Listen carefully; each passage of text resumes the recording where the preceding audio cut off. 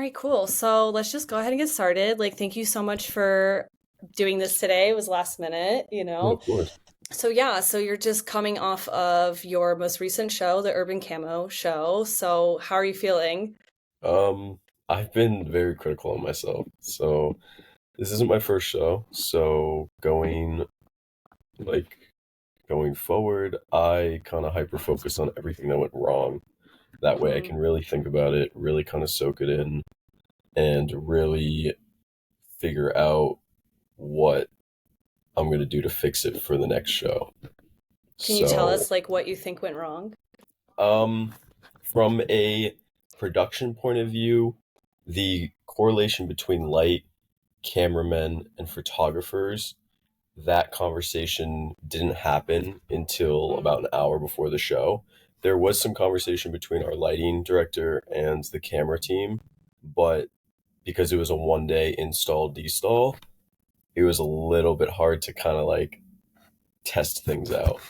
hmm. So, from an ambiance point of view in person, it was a beautiful show and it really captured that candlelight, low light aesthetic. But when you go to take cameras for, or take photos for Getty or get those runway shots, like it is a little bit more difficult because you're going from spotlight to spotlight to spotlight. So that was Mm-hmm. like a huge oversight on my part. Another thing was like the size of the runway. So it wasn't like that warehouse space, that like big square. Mm, Um, but because the walk was a little bit short, it was hard for the models to really stretch their legs, for example. And hmm. when it's short like that, it's hard to get that clear, crisp, like one leg in front of the other shot that everyone looks for. Like you go to Vogue runway, it's always just like that shot. Hmm. So that was a little bit of an oversight as well. There's a few other things, but Hmm. from like a in-person perspective, like I had a lot of people come to me and be like, this was like a, like a theater. Like they loved the production. They liked enjoying, like when you were there in person, it was a totally different vibe. Yeah, I mean, it was really epic.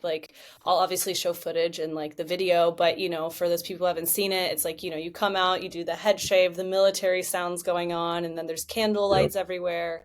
So it was very theatrical, but in a what's next, what's next, and it was just Right, all right, these right. cool things happening. That's interesting because a lot of people who are listening are kind of coming from an emerging perspective. And so, these are the kind of things that you don't know until you've done a runway or something like that. Yeah, well, I Oh, you mean, want to get that shot, for you know? example, last year, so when I did the From the Street collection last year, we had picked an outdoor space. And when you pick an outdoor space, like there is always the chance it's going to rain. And Hmm. it had rained all summer, and we were like, you could predict it. It was like, it's going to rain on this day of the show. Lo and Hmm. behold, day of the show, it's raining. It's pouring rain. We're setting up in the rain. But I had been watching the weather for like 3 weeks. I was like, okay, like Hmm. what, how much is it changing? Blah blah blah. And it broke maybe an hour or two before we actually did the show, and it actually made the Hmm. aesthetic of the show a lot better. But there was the chance Yeah. that it was going to be raining all day, and I was fully prepared to send people out in the rain. But when you Yeah. think about like an attendance point of view, like a Sunday piss pouring rain outdoor show, most people will be like, nah, like I'll see you next year. I know, right? So it's always Yeah, something to because there's so consider. many elements of yeah, you Of have the course. runway, but you want the right people to be there. So yeah, that makes a lot of sense. So let's talk about the show a little bit more. What are some other things that maybe you think were a success about the show? Let's see. I mean, I think everyone fit their outfit well, Hmm. which is always a little bit harder, especially when you're casting like a wide range of people. Um, Being that it is ready to wear, I was designing it with you know, the idea that it's kind of easy slip on, slip off versus some more like high end clothing or more tailored garments. Hmm. So I was pretty pleased about that. I think the makeup went terrific. I think the hair killed it. Hmm. Um, I, I usually handpick models, so there were a few things that I was not happy with, but I think generally, like a lot of the models were, good attitude, good spirits. Which, Hmm. when you're dealing with 30 people, one or two bad eggs can really topple the Mm. the whole experience. We had a dog on the runway, Hunter, who's like a 12-year-old Dalmatian, and Yeah, so she cute. did beautifully. Like she didn't get scared or run away or bark. So great performance by the dog as well. Hmm. Yeah. So So I mean, yeah, there's so always a like million things that can go wrong. yeah. Yeah, like so talking about maybe for someone that's like interested in doing their own fashion show, like what is the process between, picking the models? Because like you said, like you have to pick your hair, your makeup, the models, like the lighting, photography, like what is something that you maybe look for when choosing those kinds of or making those kinds of decisions? I think when you're starting out, it's like what you can get. Like I think, Hmm. let's be honest here. Like you're not always going to be able to get sponsorships from teams or different makeup artists or whatever. So like you ultimately have to work with what you can get. I also think that so much of the hair and makeup kind of correlate with the designs or the vision. So if you've spent all this time designing a collection and you haven't thought about hair and makeup, you're probably doing something wrong. Um, Hmm. in my opinion, at least. If you're designing more like basics, ready to wear, and you're just envisioning it in like the world with like everyday people, maybe you're not thinking of it as much. But from my perspective, where I'm like envisioning like a scenario or a time and a place, maybe it's in the future, in the past, like I think that hair and makeup is such a big part of like bringing the viewer into that kind of vibe. Hmm. And the vibe of this show was kind of like maybe not too far in a distant future where the wearer needs to be wearing urban camouflage in a in an urban environment. So Hmm. that's kind of like one Yeah. of those military themes we're playing in. Yeah, definitely. Yeah, so tell us like a little bit about like the ethos around the collection and like the meaning behind everything. So I think it's an idea that I've been wanting to do for years, which was kind of taking these urban textures and these urban, like I love looking at like decaying wheat pastings and graffiti. Like I have a somewhat of a graffiti background, um, and putting them directly on clothing. So I've been wanting to do that for quite some time. The concept kind of originated, kind of thinking about everything that's going on in the world. Like when the Ukraine war started going off, I was watching like a lot of videos like on like Telegram or just like weird websites, Reddit, Hmm. whatever, because I was generally interested. And when you start watching these videos, you're like, damn, this looks like our backyard in a way. Yeah, Like like I war think on there's a little bit of TikTok. like a little bit of a disconnect when you see some stuff in like the Middle East and some of these like mud brick houses or clay houses, or like the environment isn't necessarily like doesn't really correlate to the American environment. But when you see an Hmm. environment that kind of like looks like your home, you're like, wow, like this could be my backyard. Like Hmm. so I started looking at a lot of that stuff, and a lot of people are wearing like multicam or like different ACUs, which is different names of camouflage patterns. Hmm. And my perspective was like, why are you wearing like a woodland type camouflage, fighting in urban environments? Like, doesn't make sense to me. So I Hmm. kind of to draw inspiration from that and be like, okay, like what would the future of camouflage almost be like? Which is actually like pretty irrelevant if you want to get to a technical point, because with the invention of thermal and night vision and infrared Hmm. and the buy-in cost for that, it kind of makes camouflage a little bit more on the irrelevant side, just because Hmm. the technology's, we've gotten so good at it. Like it's relatively low buy-in for that. Hmm. So conceptually, like, yeah, it was a fun idea, but like practically, like, I don't know, like maybe not. Yeah, maybe the next one's like all cooling, like Yeah. fabric or Yeah. something. Yeah. Well, yeah, if you could integrate some like very techy type fabrics, because I know there are some fabrics that kind of mess with different sorts of like AR, computer vision, or like maybe they have like things that mess with infrared, or night Hmm. vision works a little differently. But yeah, it could be a way. It could be a fun way to actually implement the technology into it. Hmm. Yeah, like I'm thinking that like anti-paparazzi fabric or something like that, Yeah, like the like 3M reflective stuff. Yeah, yeah, like exactly. some or like the things people put on their license plates, Right. Yep. yeah, some like fabric, like photograph distorting like fabric or Yep, something. Like yep, that could yep. be I've seen a interesting. few like paparazzi shield type inventions. Yeah, it's kind of cool. Like it's kind of like, taking back like your autonomy in some capacity Yeah, for like maybe a larger celebrity or something like yep, that. yep, yep. I feel like if it was Yeah, me, I'd just walk outside with like a giant LED backpack or something, just yeah. like just backlit myself and then blind the Oh, photography. yeah. Yeah, like ruin it in like another interesting way. Yeah, yeah, yeah. It's all about ruining the photo at the end of the day. Yeah. I know, right? So yeah, so basically, I was gonna say I did talk to someone who was closely like linked to your brand or like a friend, like Sebastian, and he was Yeah, kind of going Sebastian helped me over. out. I mean, I've known Sebastian for years, but Okay. he helped me out last year with the production of From the Street. So he helped doing scouting and actual production for the show. Oh, cool. So Yeah, he was he's saying got a that you great did like, perspective on everything. yeah. Yeah, no, I love the video he did. So he was talking about like all the backdrop images, which are like AI edited. Yep. So how much did you use AI in the process, and like how do you feel about AI in general So and for like like being a creatives? traditionally trained artist, like when AI first came out, I was like, oh, like now everyone's an artist even more than before. Hmm. Um, Hmm. AI was used a lot in this collection actually, and it was almost like an accident in a way. Uh, Hmm. there were a lot of steps that went into the kind of like the end of this collection, or I honestly don't feel like it's done, but Mm. it started with a buddy of mine who's actually my roommate now, or I'm his roommate. Mm. Um, he wanted to design a engine to input different textures and words and techniques to make these like generative designs. And he's a software engineer, so he built this tool, and we started to play with that.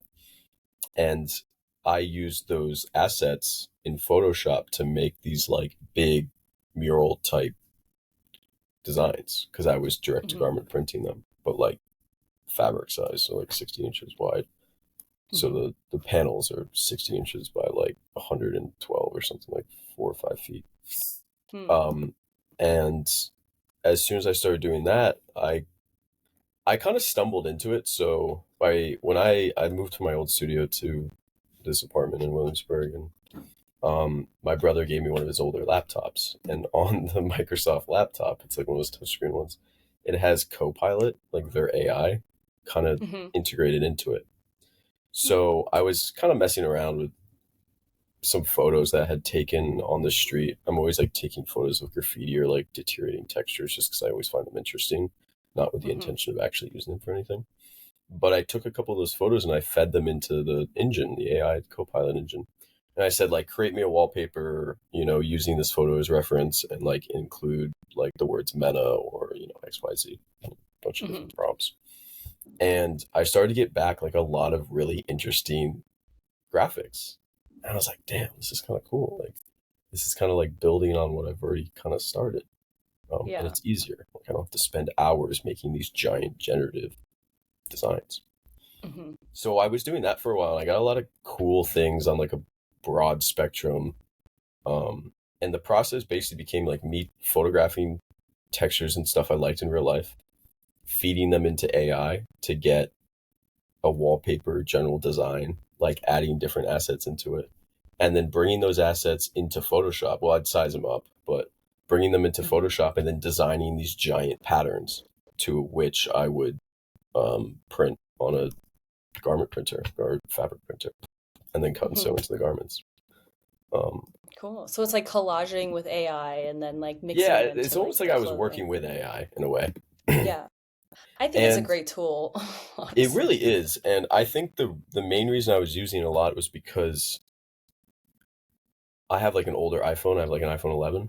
So the quality Hmm. of the camera is like pretty shit at this point. Hmm. But when you feed it into AI and then size it up, that kind of like gets rid of that factor. And this is also coming from the knowledge of like you can get a camera that is 4K. Like, so if I had a Yeah. 4K camera, like I could just take photos of textures out and about and then just print them. But I didn't have that Yeah. tool. So I was like, all right, like, Mm. let me play around with something else. And then the AI could do cool things like implement my name in posters in the wallpapers. and kind of Yeah. make it feel like real. Felt like a real wall that like I was then printing onto a garment. Yeah. I mean, it helps. I mean, just my podcast logo, like my sister was like, a closet leading into like a fashion room, like, because Yeah. how am I going to describe like a back door leading into the fashion realm, So it Yeah, was kind of one of exactly. those things where the AI did it perfectly. And it was like, I could have spent a lot of time collaging, but, Oh, for it sure. is. And yeah, and this podcast has AI editor, so it takes me 30 minutes to edit a podcast versus like 2 days, Yeah. of Yeah. deleting all the ums and extra spaces. So I think for creatives it definitely like frees up a lot of the creative process time that Yeah. you would be spending like perfecting or like dealing with resolution issues, like whatever that is, it kind of helps get you to that like next space, which Yeah, I I think mean, is I like helpful. AI to do monotonous tasks that I don't like doing myself. Like, I use Yeah. ChatGPT all the time, like, Oh yeah. ruthlessly. Like, if I'm writing a first intro email, like, I'll Oh draft it yeah. out. Like, I'll write, like, a few sentences that don't sound coherent at all, and then I'll feed it into AI and be like, okay, like, make it sound okay. Yeah, Because I professional. think that people expect an email when they've never gotten an email from someone to be a certain way. Hmm. So, ChatGPT is really good at that. I've used ChatGPT for, like, formatting if I need to, like, Hmm. copy and paste things or, like, make a list of this thing or whatever. Yeah. So I really like AI for certain things. I think that AI can be used very lazily though. Hmm. So I think it's just kind of how you use it. Like if you use it a tool to be more creative, then I think it's Hmm. really cool. I think if you just say like, "Hey, make me this thing," and there's no thought, after that, it's just kind of like Hmm. you're like Yeah, it's like your use artist. Like then Google it's like like kind internet of images. yeah, Yeah. No, I think there's something to be said because when I was graduating, I used AI in my thesis, but this was before there was a lot of generative like services out there, so I had to like make from a YouTube video like a generator. Like it was wild. I was like coding. I was like, like what? And so I coded it, but basically I coded my design images into this like neural network, and then I was using words from the internet to like distort it. So I'd be like juicy concrete or something, yeah, and then yeah, it was yeah, like yeah. drippy concrete mixed with my designs. It was really cool, but it is like fun to, yeah, like you said, like use your own images and then let AI distort or like Right, manipulate, right. because it is your work at that point. You're just doing like, what's the difference between that and like putting a filter on it on Instagram or Oh, something, or like exactly. Or like distorting filters it? in Photoshop are basically the same thing. They're just, Yeah, from the 90s or the early it's just an 2000s. extra tool. Yeah, I Yeah. know, a sepia tone. So, um yeah. Yeah, that makes sense. Yeah, no, and I thought it was really cool to like manipulate like the Mac poster to look like old, like World War II or something. Yeah, so Yeah, I so thought it was like all those posters in the space were just like people who had helped or sponsors of the show. mhm, And I know I wanted to kind of go through this like World War II era themed vibe. And I thought these like, it was actually my roommate's idea. He was like, we should take all these posters and the ones that he was doing and, we paste them in the space. And I started thinking about it. I was like, this is a great way to like put all the sponsors' names out there. And then I like mhm. started to like feed them in and be like, okay, now give me a World War II propaganda era kind of poster. And yeah, it was a cool little way to get stuff done quickly. Like if I were to sit down and design like, I don't know, I think there was like 30 or 40 posters, it Yeah. would take me so much time, right? No. And that's something Yeah. that wasn't necessarily like a focal point in the show, is more like just decoration. Like Hmm. I had no problem just using AI. And I actually liked the Yeah. fact that they were AI. Like you could read like the main part of the poster, like the thing I wanted you to be able to read, and then everything else was just like jargon. Yeah. AI is really bad with words. It's so words and hands. Yeah, It's yeah, like the weirdest thing. Like, but other things it's great. Filling in backgrounds, great, yeah, exactly. Yeah. No, that makes a lot of sense. Yeah, so I think it's definitely like important to just like have things to help you make your life a little easier. So like instead of and let me see. So another thing we can kind of pivot to is like I was doing some research and I saw that you're big into sustainability. Was that something that was kind of like a focus of this collection, or is it something that like you always kind of focus on? Like what are your thoughts on those kinds of It's something I've actually just had in my brand kind of since the beginning. Mm-hmm. This collection specifically, I typically have gone like all in, like everything's sustainable, every little scrap. Like my last collection was all made from trash picked up off the street, nothing else, absolutely nothing else. This collection, I needed to design a collection that was ready to wear, that like I could reproduce and bring to market. And if someone wanted 50 of them or 100, 300, I could produce it efficiently in a like production type factory manner. Yeah. That's not to say that I can't include sustainable or vintage fabrics, or a lot of the fabrics you saw on the show were actually bought sustainably. So either like from dead stock resellers or people who collect fabric from factories who like don't use them anymore. Like there's a lot of sources for that. Like fab scrap or something. Yeah, fab scrap, exactly. So a lot of the pieces were like printed on a roll. The rolls were sourced either from companies that produce fabric or from like fab scrap, or there's a couple other people in Midtown that do stuff like that. And then there were a lot of vintage military camouflages and denim and all sorts of like little accents that were like, 100% sustainable. So it's kind of like bringing the two together in a way. Because I think it is super important to have sustainable assets in our kind of like manufacturing methods. Because it is really hard to do, because a lot of the sustainable people I've talked to, they're like, how do we produce sustainable clothes when, it's ripped up from a vintage garment or like one dead stock roll from fab scrap or something, Yeah, so it is the kind of biggest that issue is scale. challenge. Yeah. Like how do you go from making 10 to 100, right? And efficiently, so that you make money and yeah. do other things. Yeah, it's like you can make 100 of them, but you might be sitting there for 3 months doing it. Yeah, exactly. I think there's a lot of ways to do that. It's something that's like kind of a focal point of my brand. Anytime I sit down to design something, that's always going through my head. It's like, all right, I'm making this, but like, how do I make 100 of these? And Can you talk us through that? if I can't go and make like if I can't solve that, I usually won't put that piece out there from a ready to wear perspective. So there's a lot of innovative ways to do it, but you kind of have to think, you have to design in that way. You have to design in the way of saying, hey, all right, I need to be able to make a lot of these, right? So now you can go and buy hundreds of pounds of denim. Denim is like the easiest thing to buy. And you can source it by different types of washes, and that's relatively simple. It's when you get into some of the other types of fabrics where it's a little bit complicated. Which ones? Everything else. Like flannels, so anything besides like plaids, because then you're like denims, like light wash denim, like from a consumer point of view, like yeah, you might be able to tell that it's like a little bit different of a wash, but it's still in the same spectrum. It's not going to differ you from buying it. Whereas like if you go from a pink plaid to a blue plaid from like a collared shirt, for example, you cut apart like a collared shirt or something like that, that's a large difference. Or like a definitely. Pink pinstripe to a blue pinstripe. So that's where it gets a little bit more complicated. Yeah.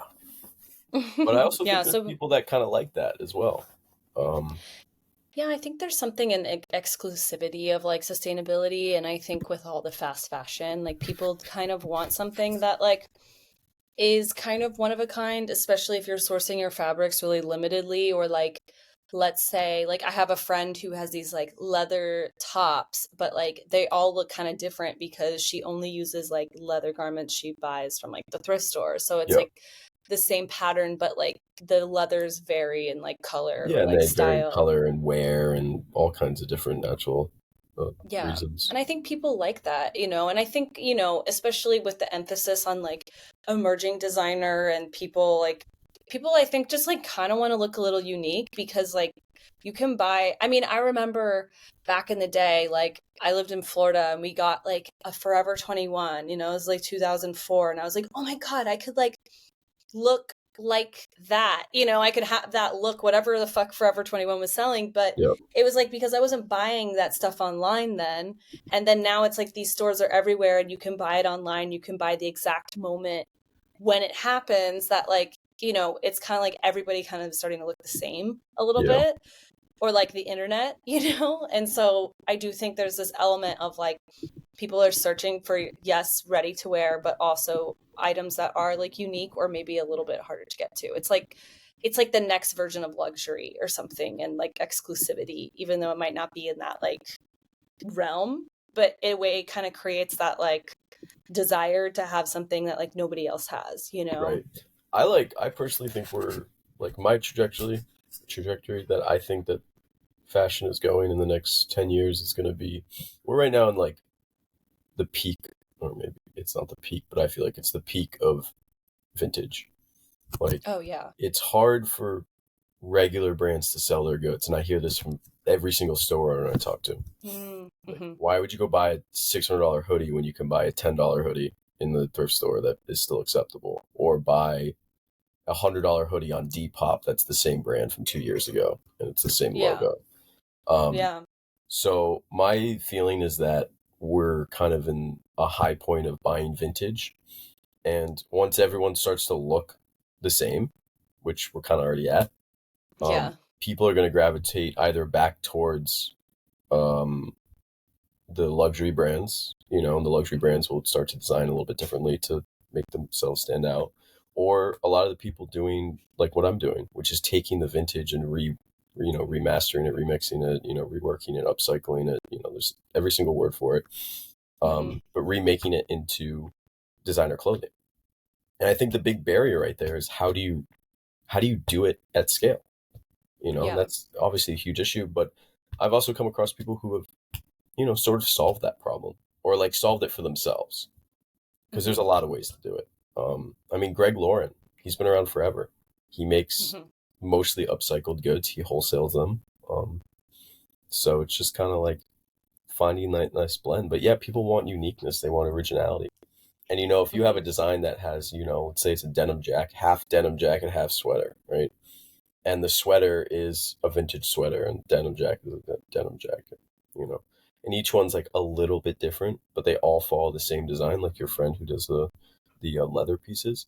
I think people Mm-hmm. are like more accepting of that because Yeah, it's they're like not blending into every other person that looks the same. yeah.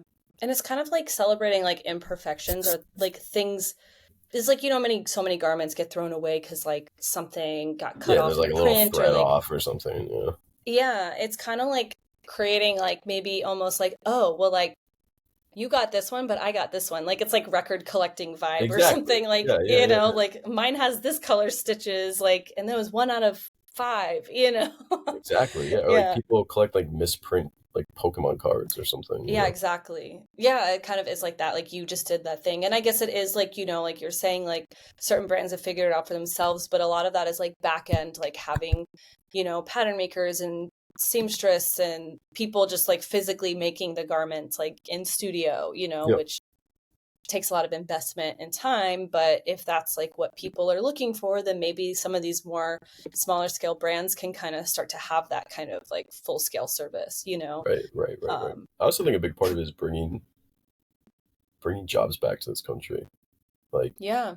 you can't necessarily export vintage. Like, all the vintage is here in the States.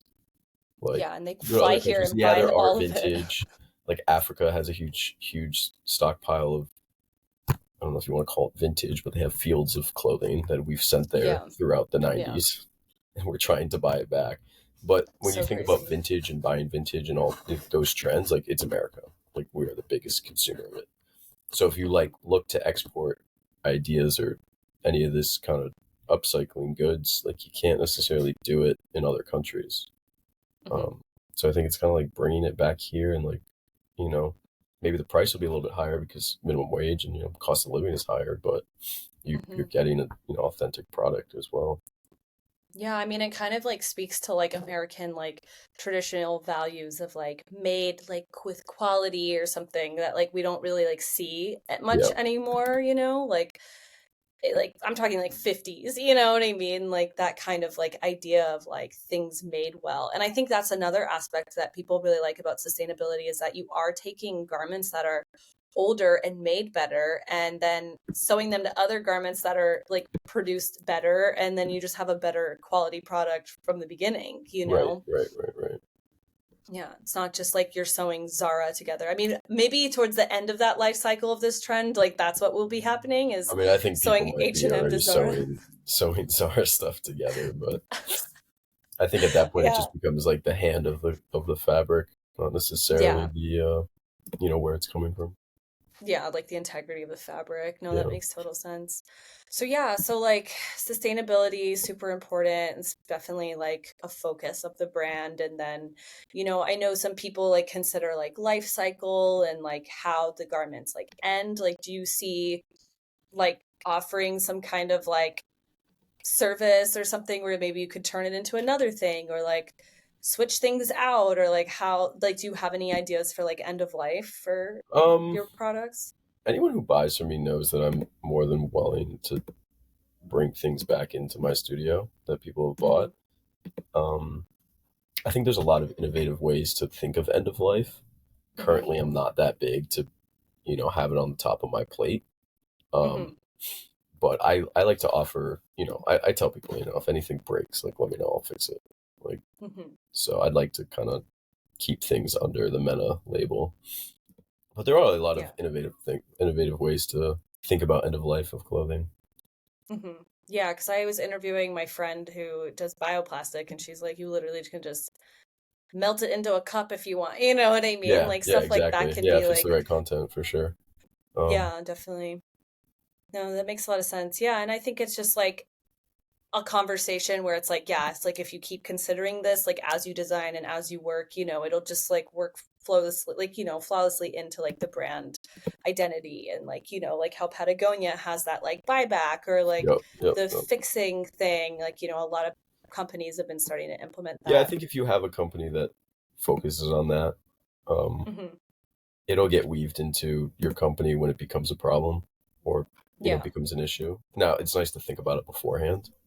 Yeah. Um, but I think that sorry, there's someone outside playing music. New York Little City. Jay-Z action going on right here. It's like you show everyone what's going on. Yeah, yeah, yeah. Um, Yeah. but yeah, no, I think that like inherently if like that's what you're trying to do as a brand and Hmm. like it becomes a problem, like you'll figure out a solution for it. Yeah, so like I think like, the next thing we can kind of touch base on is just like running a brand and kind of coming from the perspective of like what was something you think that was like really pivotal for you and your brand that like got you to like where you're at or like put you on the right direction? Like what do you think that was? So many things. Mhm. So Maybe many what things. was the first one? Like what was, did you have like a aha moment or like someone reach out to you or someone like believe in you or like you have your moment with yourself where you're like, this is it? Like, Yeah, so I checked my email. This was like back in 2016. I checked my email like this is an email I like didn't really use too much and I was going through it looking for something mhm, and someone had emailed me about like an opportunity back in like September of 2016 and this was like March or May of 2017. mhm, And I was like, "Oh wow, I missed this like let me say, let me follow back up." And they were like, well, that opportunity has passed, but like, would you be interested in being on America's Next Top Model? And I was like, yeah, of course. Like, that's what? sick. Yeah. Um, Wait, doing what? I was like a go see. I was on season 24, Okay, episode I'm gonna 12. pull that up and ANTM post it. Chris. Well, my brand at the time was called Kunst NYC. I actually rebranded it. Okay. But if you search ANTM Kunst NYC, Vulture, yeah, season 24, episode 10. Okay. That was a big moment. Well, one, I got to Yeah. be on TV. Like that was kind of cool. Yeah. It also ruined all of the fun of like what TV was to me, though. Oh, how So so? like, I kind of learned the backside of it because I'd never Mhm. experienced that before. I kind of experienced what it was like to be on TV and like production and all that jazz. Hmm. So that was a big moment for me though, because it was kind of like, okay, dude, like you're on the right path. Yeah. Do you get the like little feeling? You get that feeling like, okay, like I'm doing something right. Okay. And I was working for B Wood at the time, and he actually helped me Hmm. pay for the flight to go out there. Oh, Um, cool. yeah, it was, and I had only been working there for like a few months, and Hmm. he really believed in me, and he was one of those people who was like, he was like, I know you have a brand on the side, like it's okay. Like I'm not gonna be Hmm. that guy. Like I hate that. He's like, I'm not gonna be that guy that makes you like not have a brand. Like I'm not gonna make you sign a Yeah. non-compete. Like I want you Yeah. to Fuck those do people, by this. the way. Oh, of course, yeah. Fuck those Um, people. Everyone has to sign one, and it's such yeah, yeah, bullshit. yeah. I mean, if you're a big brand, I mean, I get why big brands do it as I well, get but it, but it kind of I don't sucks. know. Yeah, I would never do Yeah. that. But Yeah. No, also, same. yeah, but in the same right, like he believed in me and he knew that that's what I wanted to do at game. But he was also like, you're young and you need to learn a lot because you don't know Yeah. as much as you think you do, right? Yeah. How old were you? So, I mean, but yeah, going on there was like a big, like a what the fuck moment. I guess How old were you when this happened? I was 22. Okay. That was Yeah. 8 years ago. Fuck, that was 8 years ago. Woo. Wow. Okay. Yeah. So yeah, so like basically like a kind of like a spur of the moment, like check your email and then you're on Well, yeah, TV kind I of don't even thing. know why I was going through. I was going through it to find something, and I noticed that I Hmm. hadn't seen this. That Yeah. also kind of showed me, um, it kind of taught me a quick lesson of like, hey, like pay attention to your shit. Yeah.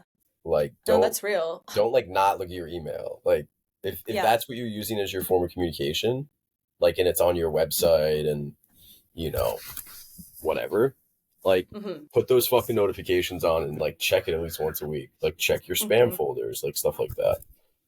Yeah, no, I mean, I feel that because I do the same thing with my email where I'm like, oh my God, like I haven't checked this. And now I have like someone wants to be on the podcast or something. And Yeah, yeah, it's kind of like this self-destructive like thing to like not check it, but it's a good reminder to everyone who's listening who has not no, checked their no, email to check their yeah, email. go check your email right now.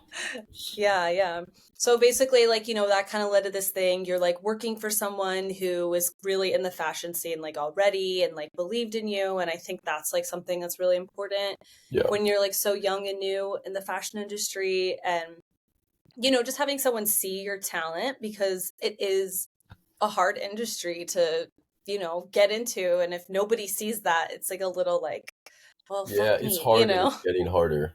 I mean, it's Yeah, so saturated. I remember when I was in school, like yeah, me being like a straight male in the apparel department was like different. Like that was like yeah, unheard of. And like yeah. now I it's think like there was like I've met so three. many designers, sexuality doesn't matter in the grand scheme of things, but it Mhm. used to be like a trope. And I was like, oh my God, you're a straight male designer. Whoa. Yeah, Like, that's different. Little yeah. did I know at the time the whole industry is run by businessmen. Hmm. So I mean Yeah. that's another thing. I mean, I would tell anyone trying to get into this business to learn the business first and Okay, tell learn us. that most of your decisions will be made by making money and not your dreams, Hmm. which is hard to swallow, but important to swallow. How does that affect like a small brand like you? I mean, a lot of things. Like, at the Hmm. end of the day, like, this is like my bread and butter. So, if, like, I got to pay the rent first, right? Hmm. And, like, I have to make things that people are going to want to buy. Yeah. So I mean, I would argue it's super important. Yeah. Affects everything. Yeah. Um, No, I think that's like and a there's a good lot thing of to people in the note. game who don't have to think that way because Mm. they have money from whatever source, whether it's family or Mhm. sponsors or factors or Yeah. XYZ, money's coming in. A lot of people Yeah. don't think like that. And you can see it Yeah. long term in their business, or you can see it in everything that happens, like how they view what they're Yeah. doing in their business. But I it's think not that's necessarily really, like a factor for everyone, and I think that's also important to learn as well. I know. I mean, I've had my moments where I'm like, oh shit, like, realizing where the funds are coming from, and like the dream's a little like crushed, and I'm like, Yeah, oh, okay, like yeah, having that moment in I fashion. mean, at the end of the day, like it is a business. Like, you're a Yeah, fashion designer. major. Like it is fashion. If you want to be an artist, be an artist. Like there's a different Yeah, side of that business. If you just want to do like artsy clothing, like that's a whole different thing. yeah, And I think like that's good one to understand too pieces. early on, which is like, Mm, where are you in this world of like clothing? figuring out. Yeah, Yeah, like, are you couture? Are you ready to wear? Are you this or that? Are you sustainable? Are you not? Like, because right. yeah, that does affect your trajectory Are a you like lot. TikTok designer? Like there's a lot of TikTok designers now too. Yeah, that's true. And that's like Yeah, a how whole do you nother feel part about all too. the like new fashion like interest and like, I like it's not for me. Like I don't like doing the videos and like filming myself and all that shit. Some people well, love thank doing you. it. Some people absolutely love doing it. Um, Yeah. I'm not a big fan of it. I Hmm. just like when I make stuff, like I get hyper focused and like that's all I want to do, and I like think about every little thing. I think it's hard because like I know people in the field, right? Hmm. So like I don't want to be disrespectful in a way, but like a lot of these people are they survive off like brand partnerships, right? So some company will come to them and be like, make me something out of this thing that is Hmm. correlated to my brand, right? Yeah.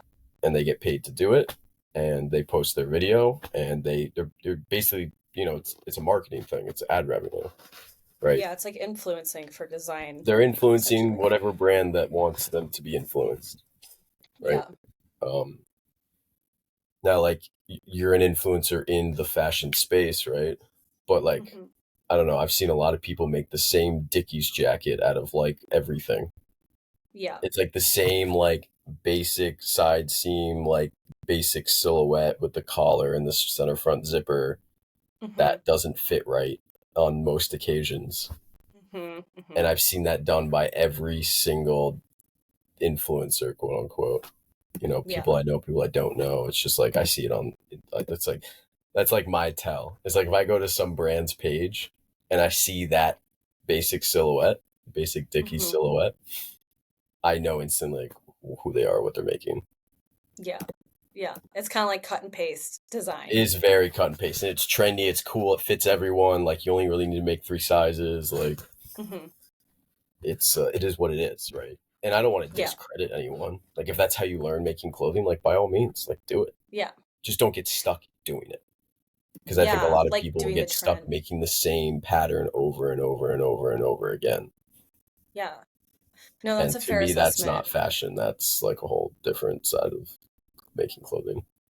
Yeah, I think it's definitely like people wanting to like get the newest, hypest thing and then put that in some fashion element. And then it's like, it's kind of losing that artistic, because it used to be like collaging, vintage garments together, like was a cool fashion moment, Yeah. but now it's like everyone has that. I mean, I think I even saw like Aeropostale like made their own version of it, like Yep. Yep. mixed Yep. matched or whatever. But yeah, it's kind of like staying on top of like your design aesthetic. And if that's a part of it, like not just like shitting out the same content essentially.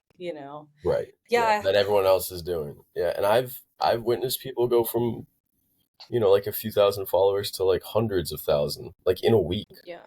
Yeah. because like one video got caught on by an algorithm, and Hmm. then they kept doing it, like they kept feeding the monster, and now they're being put on a pedestal by the Yeah. community because they have a big number next to their name. Yeah. And it's like in reality, like you're still sewing the same t-shirts together that like, the other, Yeah. 150 other designers are doing. Yeah. There's nothing innovative going on there.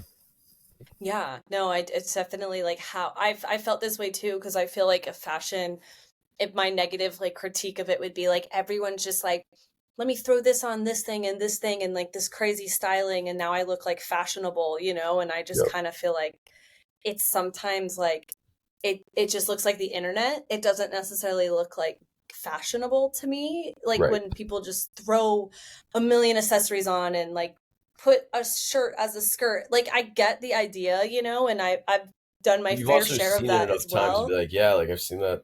This is my 10th Yeah, time scrolling through this today.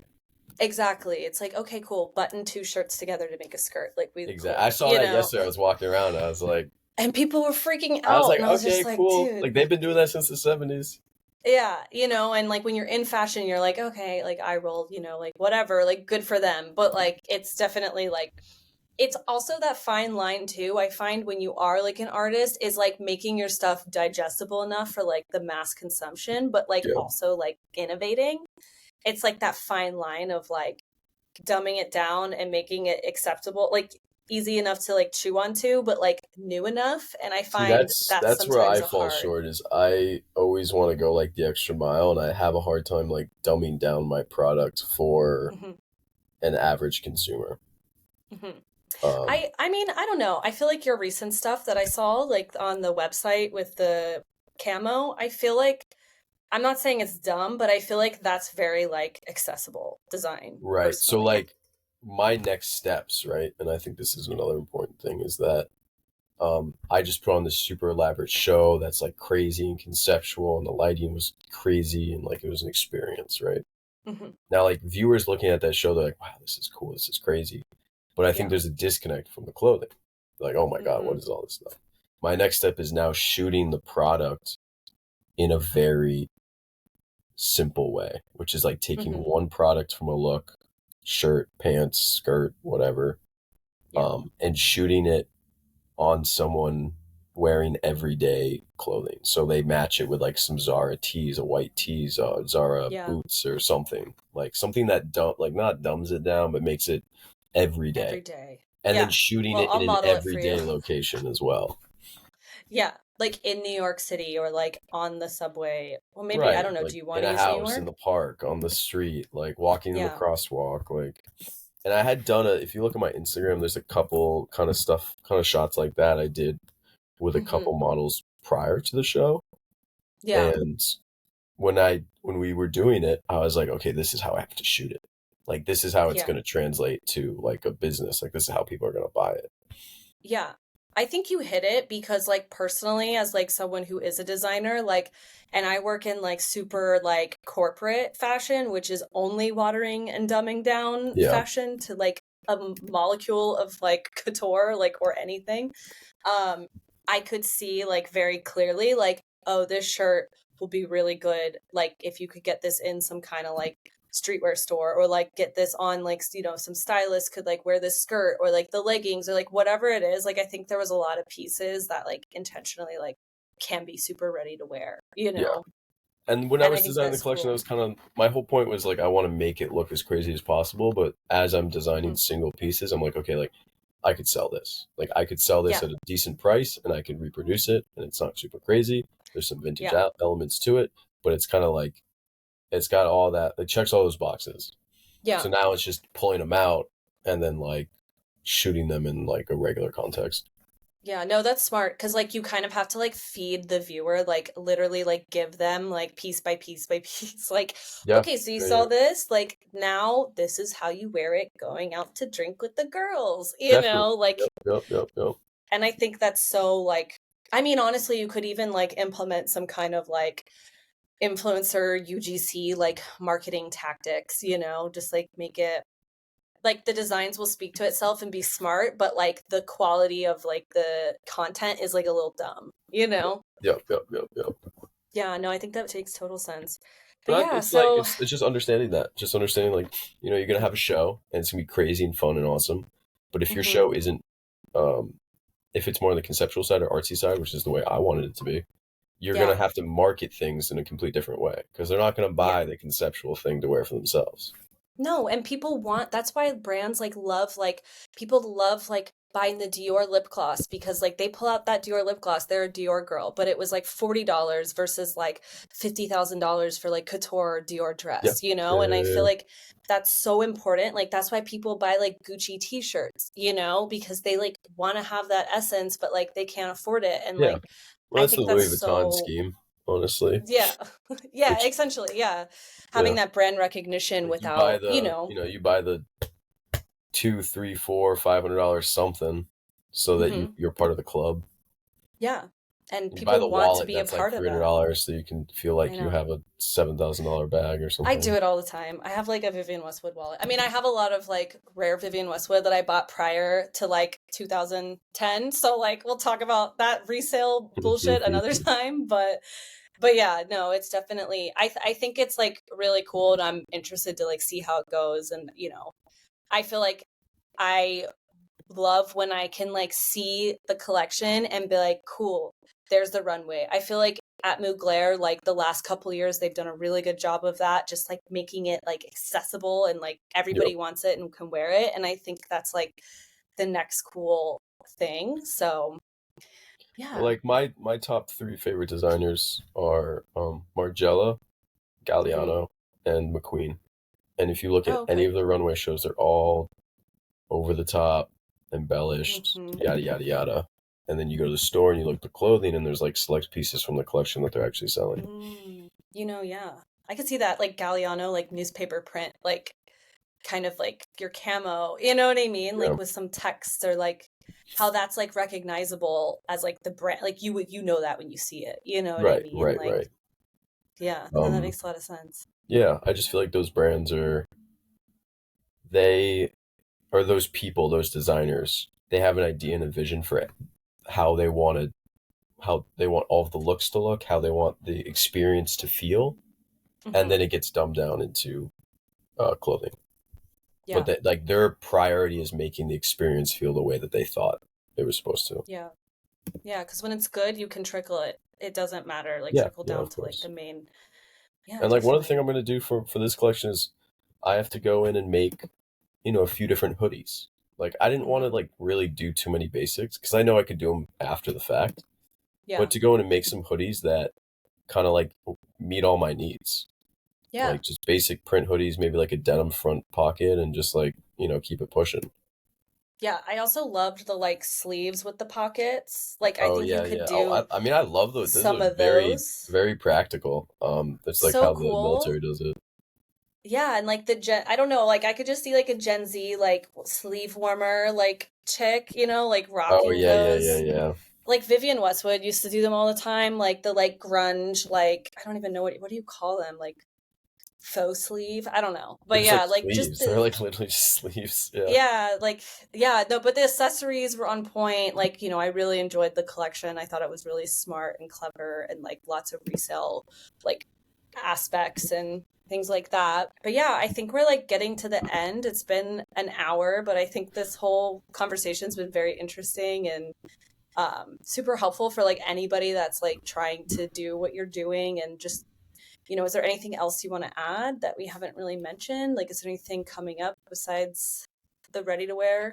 I'll be doing.